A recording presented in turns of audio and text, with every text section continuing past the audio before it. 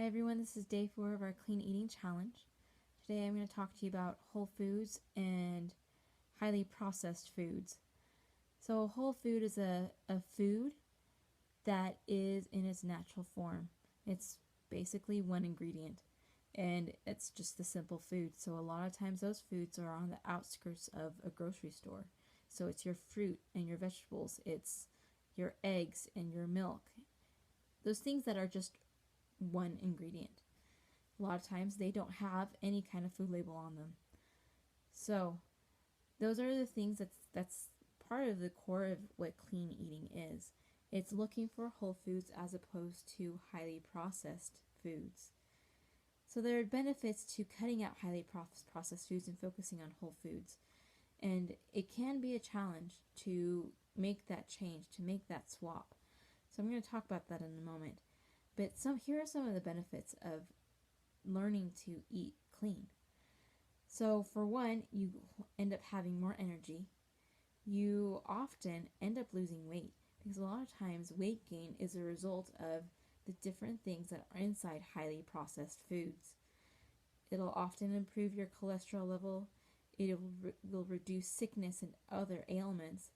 Honestly, ever since I started eating cleaner, I get sick maybe this last year. I got sick once that last year, I believe. I think, if I remember right. And overall, you just feel healthier. You just feel better. Your body functions to its maximum. And that's what clean eating is. It's eating in a way that maximizes your nutrition. So every single bite that you eat maximizes those calories, is maximizing your nutrition, as opposed to eating lots of highly processed foods that have a lot of empty calories that aren't doing much good for your body, and your body is just either storing it as fat or it's just flushing it out. So learning to cut out highly processed foods can be challenging, and everyone has a different budget and different means, and as you're learning, it's just a matter of learning to cut back until eventually you'll realize in your grocery cart it's mostly whole foods and fewer processed foods.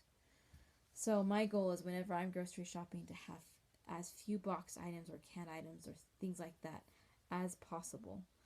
When I'm doing produce, I'll stick to frozen or I'll stick to fresh. I don't buy the canned stuff because there's a lot of additives or sodium or things that are added to it that in reality aren't good for you. A highly processed food, you can really identify by something that if it's going to have a really long shelf life, like Twinkies, for example. Don't get me wrong, I like a Twinkie every now and then. But the fact that they have such a long shelf life says something about how processed it is and how really probably not so great for your body it is. So take that into account when you're looking at one of the best things you can do as far as when you're looking at highly processed foods, or just processed foods, things that come in any kind of package, is learning to read the label. So if you can recognize the foods that are on there, and then chances are you're okay to eat it.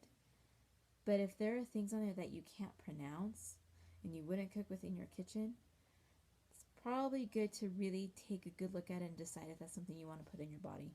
Typically, I choose not to.